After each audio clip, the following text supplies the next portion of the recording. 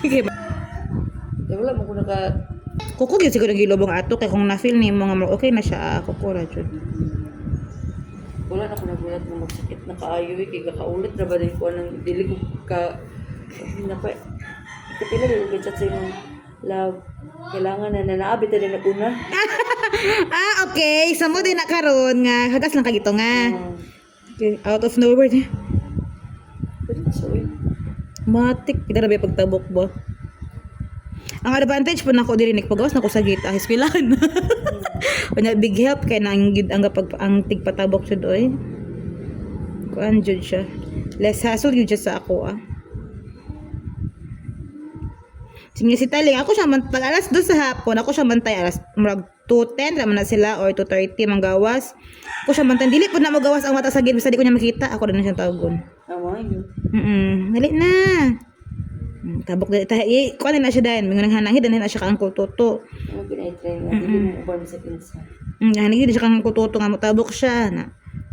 Pakuan na siya niyang kutoto. Dinira ko kulat din sa kuan at bang.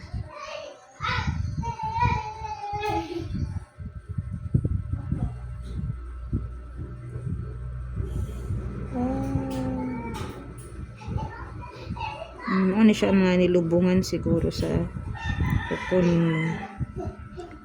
Nani ba akong ganahan na kanang gakabunlot siya ba? Mani akong gusto.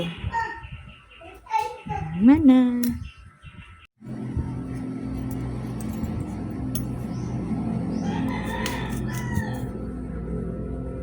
Oh my God.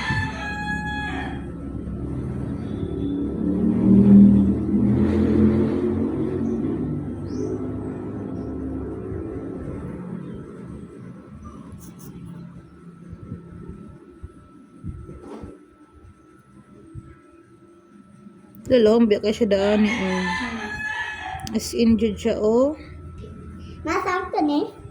Oo. Ay, kung saan kuya. Nangyari ka? Kaluwi sa Ginoo, wala ka. Tigay ni mo? Dugay man, jud kumahuman, kaya nag-video man ako. Wala pa lagi.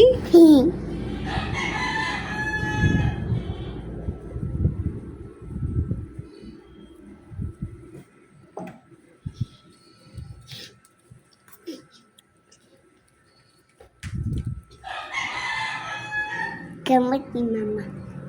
Kamot ni mama.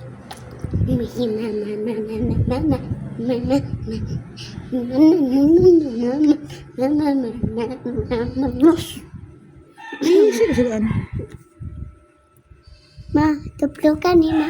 Ay, pagilabot ha, kay nagsugod na ba nag-play. Video na ba ako. Dili hilabtan.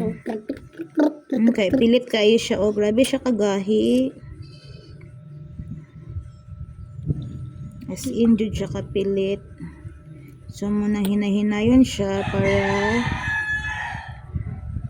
di siya mo dugo. Nahinayon ang pag-push, gyud. Hinayin pag-push. Kay, aron nga iwas dugo kay. Kay as in, yun siya kagahi buyag. Ano may kayo hinayin ng push? Sa relax na kamot kay Haway man. Okay.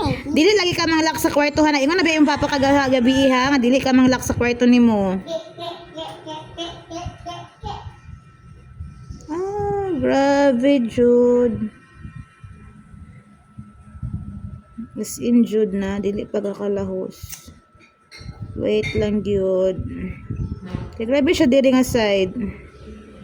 Okay na. Pero grabe Jude o si